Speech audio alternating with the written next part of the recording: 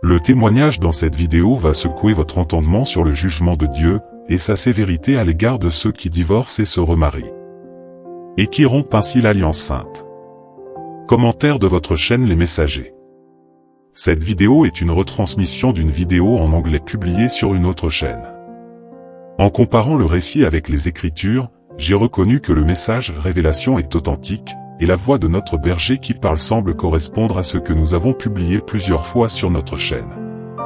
La personne ayant eu cette expérience n'a pas mentionné son nom, mais son intention était apparemment de passer le message comme le Seigneur le lui avait ordonné, pour avertir son peuple. S'il vous plaît, veillez à prier avant d'écouter le récit. Et ayons de l'humilité de nous repentir si nous avions mal compris la parole de Dieu. Ici commence le témoignage.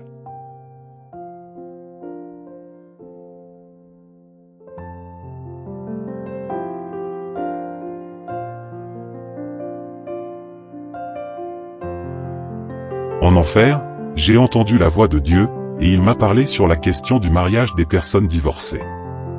Depuis le moment où ces paroles ont retenti dans ce lieu de tourment, mon âme n'a plus jamais été la même. Mes frères et sœurs bien-aimés, avant d'aller plus loin, permettez-moi de faire une pause pour vous remercier. Chaque fois que vous partagez ces témoignages, vous faites plus que diffuser un message. Vous sauvez des âmes du feu éternel. Vous vous associez avec le ciel et je prie pour que votre récompense soit éternelle. Je n'aurais jamais imaginé que Dieu me confronterait à cette question, mais c'est ce qu'il a fait. Et ce qu'il m'a montré au sujet du mariage, du divorce et du remariage m'a bouleversé au plus profond de moi-même. Avant cette rencontre terrifiante, je dois avouer quelque chose. Le mariage, le divorce et le remariage n'étaient pas des sujets auxquels je réfléchissais beaucoup. Comme beaucoup de croyants aujourd'hui, je pensais que c'était simplement une question de choix personnel ou, au pire, une zone grise des Écritures.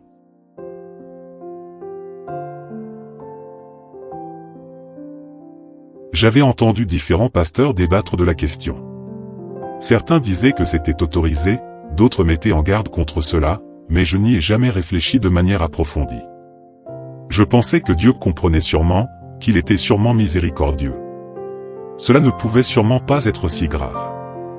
Je connaissais même des gens bien, qui s'étaient remariés après leur divorce et qui continuaient à servir dans des églises, à chanter dans des chorales, voire à prêcher en chair.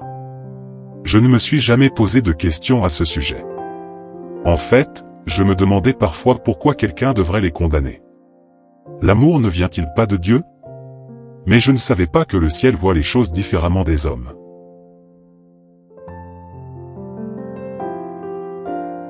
Ce que nous excusons facilement, Dieu juge sévèrement.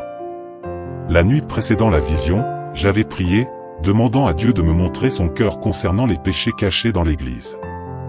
Je disais, Seigneur, s'il y a des choses que nous négligeons, révèle-les-moi. Je n'aurais jamais imaginé que sa réponse me ferait franchir les portes de l'enfer lui-même. Et là, Dieu m'a montré le sort éternel de ceux qui prennent le mariage à la légère et de ceux qui contractent des unions qu'il n'a jamais autorisées. Cette nuit-là, après ma prière, je me suis couché avec un étrange lourdeur sur le cœur. Ce n'était pas le poids du sommeil, ni la fatigue normale d'une longue journée. C'était comme si une main épaisse s'appuyait sur ma poitrine et que ma respiration devenait haletante. Mes yeux se sont refermés contre ma volonté, et à ce moment-là, j'ai senti que je quittais mon corps physique. Au début, j'ai cru que je rêvais, mais ensuite j'ai réalisé que j'étais pleinement conscient, plus éveillé que je ne l'avais jamais été. Mon esprit flottait au-dessus de mon lit et je pouvais voir mon propre corps allongé immobile sous moi. Mon cœur s'est mis à battre non pas de peur, mais de sensibilité. Dieu était sur le point de me montrer quelque chose. Soudain, l'atmosphère a changé. C'était comme si des mains invisibles m'avaient saisi et m'entraînaient vers le bas.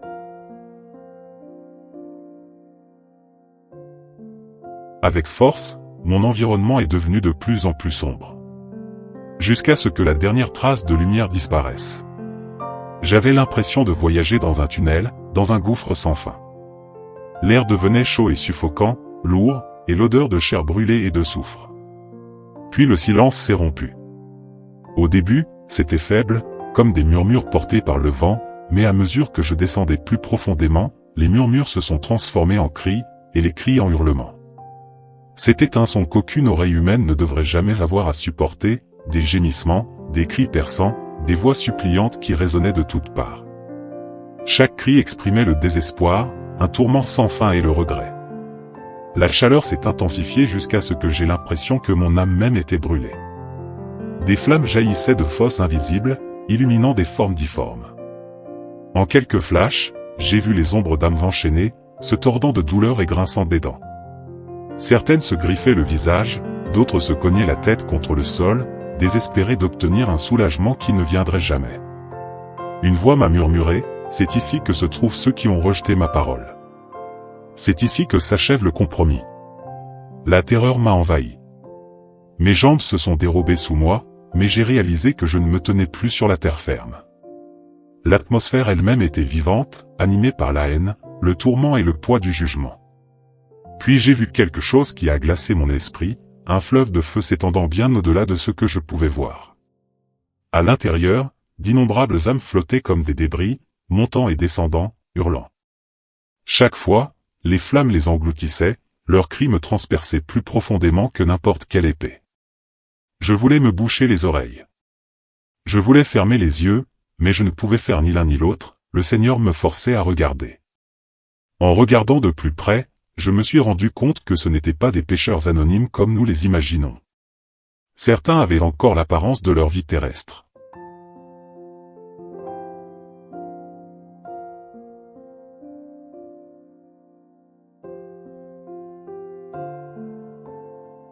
Je pouvais reconnaître leurs vêtements, leurs robes de chorale, leurs costumes d'église, voire leurs cols cléricaux. Ces personnes avaient autrefois parcouru la terre en proclamant le nom du Christ. Pourtant, elles étaient ici, englouties par les flammes éternelles. Une femme tendit la main vers moi. De lambeaux de chair se détachaient à mesure que le feu la consumait. Elle pleurait et disait « Dites-leur que nous pensions avoir raison. Nous pensions que Dieu comprendrait, mais maintenant, il est trop tard. » Ces paroles me frappèrent comme un éclair. Je voulais la saisir pour l'aider, mais une barrière invisible nous séparait. Son visage se tordait de douleur et elle retomba dans le fleuve de feu. Je me mis à pleurer sans pouvoir m'arrêter. « Seigneur, comment est-ce possible? Comment ces gens peuvent-ils être ici? Ils connaissaient ton nom. » Puis le sol sous mes pieds se mit à trembler violemment. Une voix tonitruante emplit la fosse.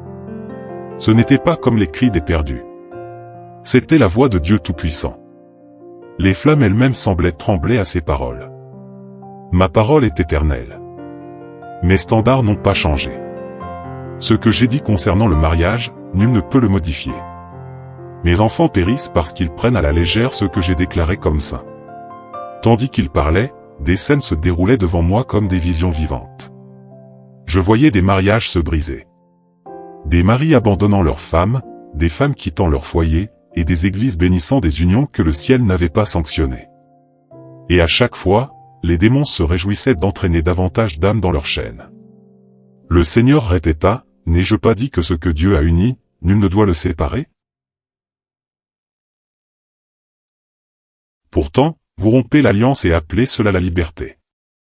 Vous vous remariez alors que votre première alliance est toujours en vigueur, et vous appelez cela de l'amour, mais à mes yeux, c'est de l'adultère, et aucun adultère n'héritera de mon royaume. » Mon corps tremblait violemment.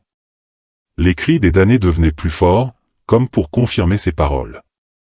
J'ai alors compris pourquoi tant d'âmes se trouvaient en ce lieu, non pas pour meurtre ou sorcellerie, mais pour avoir vécu dans la désobéissance en matière de mariage. J'ai crié, « Seigneur, aie pitié. » Les églises n'enseignent pas ceci. Beaucoup l'ignorent, mais sa voix gronda en retour. Ils ont ma parole. L'ignorance n'est pas une excuse. Mon esprit les a avertis, mais ils ont endurci leur cœur. Au lieu de cela, ils choisissent des enseignants qui leur disent ce que leurs oreilles avides ont envie d'entendre. Ils appellent le compromis, grâce, et piétinent mon alliance. À ce moment-là, j'ai vu des prédicateurs debout dans le feu en enfer, pleurant amèrement. Ils avaient déformé les Écritures pour justifier le divorce et le remariage. Ils avaient assuré à leur congrégation que Dieu fermerait les yeux. Maintenant, ces mêmes membres les maudissaient dans les flammes en criant, « Vous nous avez trompés. Vous ne nous avez jamais dit la vérité. La scène était insupportable. Mon esprit s'est brisé au plus profond de moi. Alors que les cris s'intensifiaient, j'ai entendu une dernière déclaration du Seigneur. Le mariage est une alliance scellée à mes yeux. Le monde peut changer ses lois, mais ma loi est éternelle. Heureux ceux qui gardent ma parole, mais maudits soient ceux qui la transgressent et font trébucher les autres. Dis-leur tant qu'il est encore temps. Immédiatement, j'ai senti une force violente me tirer vers le haut, loin de la fosse. Les cris se sont estompés, la chaleur a diminué et je me suis retrouvé à halter. Mon corps gisait tremblant sur le lit, trempé de sueur comme si j'avais couru des kilomètres, mais une vérité brûlait en moi, plus chaude que toutes les flammes que j'avais senties. Dieu avait parlé en enfer et il avait rendu son jugement clair. Alors que la vision s'intensifiait, mes yeux ont été attirés vers une partie particulière de la fosse. Les flammes se sont déplacées et j'ai été amené à contempler des âmes qui subissaient un tourment unique. Contrairement au fleuve de feu que j'avais vu au début, celles-ci étaient confinées dans des fosses séparées. Chacune était enchaînée, chacune brûlait d'angoisse. J'ai demandé dans mon cœur, « Seigneur, pourquoi celles-ci sont-elles mises à part ?» Et la voix du Seigneur m'a répondu. Ce sont ceux qui se sont remariés alors que leur partenaire d'alliance était encore en vie. Ce sont ceux qui se sont mariés après un divorce, méprisant ma parole. Immédiatement, j'ai vu un homme crier d'une voix qui transperçait l'air. Ses chaînes étaient solides et serrées, et les flammes bondissaient continuellement autour de son corps, ses yeux exprimant son tourment. Il m'a regardé et a crié, « Je l'aimais. Je voulais seulement fonder une famille. Pourquoi suis-je ici ?» Mais alors même qu'il criait, le feu consumait ses lèvres et des vers rampaient sur sa chair, la dévorant sans jamais la finir. Il gémissait amèrement. Ils m'ont dit que ce n'était pas un péché. Ils m'ont dit que Dieu comprendrait. À côté de lui se trouvait une femme. Son visage était déformé par l'agonie. Elle se frappait la poitrine et gémissait. Je pensais que la bénédiction de l'Église était suffisante. J'ai épousé un homme qui avait divorcé de sa femme et je me disais, Dieu est sûrement miséricordieux, mais me voici à cet endroit, condamné pour l'éternité. Les paroles de la femme me blessèrent profondément. Je voyais que ces deux personnes avaient, tous les deux, mené ce que beaucoup sur terre appelleraient une vie chrétienne ordinaire. Ils étaient allés à l'église. Ils avaient chanté des hymnes. Ils avaient cru qu'ils étaient en sécurité, mais la vérité a été révélée trop tard aux yeux de Dieu. Ils avaient vécu dans l'adultère tout comme d'autres autour d'eux. D'autres âmes ont élevé la voix. Chaque cri portait le même thème, ils avaient été trompés, ils étaient ignorants et ils avaient des regrets. Certains criaient, nos pasteurs ne nous ont jamais avertis. D'autres pleuraient, nous avons lu les Écritures, mais nous les avons ignorées. Nous avons préféré le confort, au-dessus de la vérité. Alors le Seigneur me dit, voyez-vous avec quelle légèreté les hommes traitent ce que j'appelle saint? Voyez-vous comment ils foulent aux pieds mon alliance? Le monde les applaudit, mais mon jugement reste inchangé. Le mariage n'a jamais été une idée humaine. Il est mien, et quiconque le souille n'entrera pas dans mon royaume. Tandis qu'il parlait, je voyais des démons se moquer de ces âmes. Ils dansaient autour d'eux en chantant, « Nous vous avons trompés. Nous vous avons aveuglés. Vous pensiez que Dieu était comme les hommes, mais maintenant vous êtes à nous pour toujours. » Des rires retentissaient comme le tonnerre, intensifiant le tourment. Je pleurais amèrement. Mon cœur souffrait pour ces âmes. Je voulais implorer la miséricorde, mais je savais que leur sort était scellé. Puis le Seigneur parla à nouveau. Dis à mon peuple. Beaucoup dans mon église vivent dans ce péché et croient qu'ils sont en sécurité. Ils lèvent les mains vers moi. Ils prient en mon nom. Pourtant, ils restent dans la désobéissance. À moins qu'ils ne se repentent, cet endroit sera leur part. Je tombais à genoux, tremblant, les cris des damnés remplissaient mes oreilles, leur voix résonnant à jamais. Si seulement nous avions obéi, si seulement nous avions écouté. À ce moment-là, je compris que la plus grande souffrance de l'enfer n'était pas le feu. C'était le regret éternel de connaître la vérité alors qu'il était déjà trop tard. Alors que je me tenais tremblant dans ce lieu de tourment, les cris des perdus résonnant autour de moi, la voix du Seigneur s'éleva au-dessus des flammes. Elle ne ressemblait ni aux cris des damnés ni aux rires moqueurs des démons. C'était une voix d'autorité absolue, sainte, pure et terrifiante. Chaque mot avait le poids de l'éternité. Ma parole est éternelle. Le Seigneur déclara, mon alliance ne change pas. Le mariage n'est pas un contrat entre les hommes, mais une alliance établie par moi. Lorsque j'unis deux personnes, cela est scellé devant le ciel. Aucun homme n'a le pouvoir de défaire ce que j'ai uni. Les flammes semblaient s'incliner alors que sa voix tonnait. Mais beaucoup ont méprisé mon alliance. Ils divorcent pour des raisons de convenance, d'offense, de luxure, de cupidité, puis ils en prennent une autre personne comme si j'étais aveugle. Ils disent, Dieu comprendra, il est miséricordieux. Pourtant, j'ai déjà parlé. Quiconque épouse une personne divorcée commet l'adultère, et aucun adultère n'héritera de mon royaume. Je pleurais amèrement pendant qu'il parlait, car je voyais à quel point l'Église traitait cette question sacrée à la légère. Dieu a continué. Mon peuple périt parce qu'il choisit l'opinion des hommes plutôt que ma parole. Ils suivent des prédicateurs qui déforment les Écritures pour leur plaire. Ils appellent la rébellion liberté, et le compromis grâce, mais je suis un Dieu saint. Sans la sainteté, personne ne me verra. Les cris des âmes s'intensifièrent, comme pour confirmer ces paroles. Puis le Seigneur dit, avertis-les. Dis-leur que je ne me laisse pas moquer, qu'ils récolteront ce qu'ils ont semé. S'ils rompent l'alliance et refusent de se repentir, leur part sera ici, dans le feu éternel. Mon esprit tremblait violemment. Je compris qu'il ne s'agissait pas d'un débat, ni d'une question de doctrine. C'était un décret sorti de la bouche même de Dieu, et ces dernières paroles résonnèrent comme le tonnerre dans mon âme, le mariage est sacré. Mon alliance est éternelle. Avertis-les, car le temps est court. Lorsque la voix du Seigneur eut fini de parler, je sentis le sol sous mes pieds trembler violemment. Les flammes qui m'entouraient commencèrent à s'estomper et les cris des perdus s'éloignèrent, comme si j'étais tiré vers le haut à grande vitesse. C'était comme si une main puissante avait saisi mon esprit et me traînait hors du gouffre. La chaleur suffocante commença à s'atténuer. L'odeur étouffante du soufre et de la chair brûlée s'estompa lentement.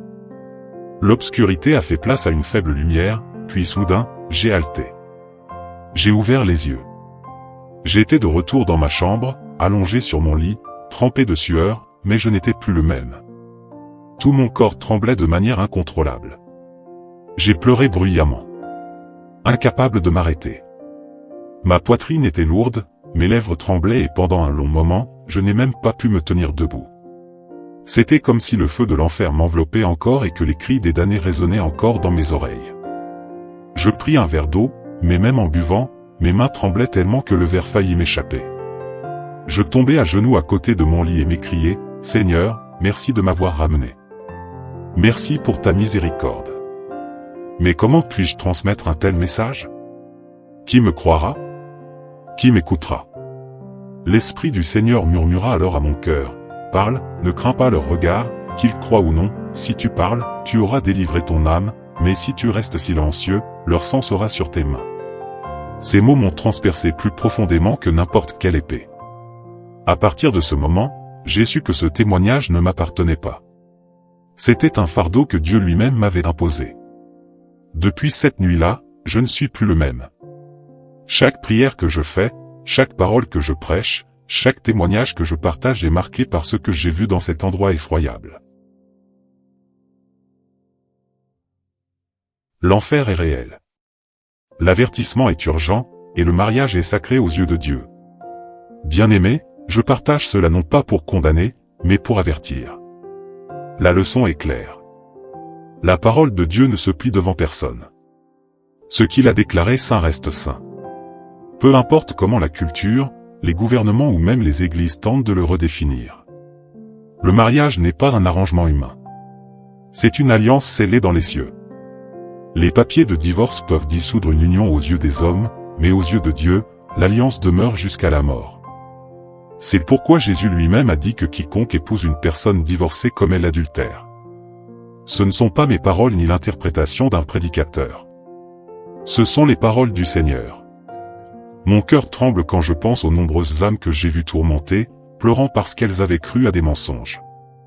Ils, ou elles, pensaient que Dieu fermerait les yeux. Ils pensaient que la grâce était une permission. Ils pensaient que l'approbation humaine suffisait, mais l'éternité leur a prouvé qu'ils avaient tort. C'est pourquoi je dois vous avertir. Si vous êtes dans une telle union, repentez-vous. Si vous êtes pasteur, cessez de bénir ce que Dieu a maudit.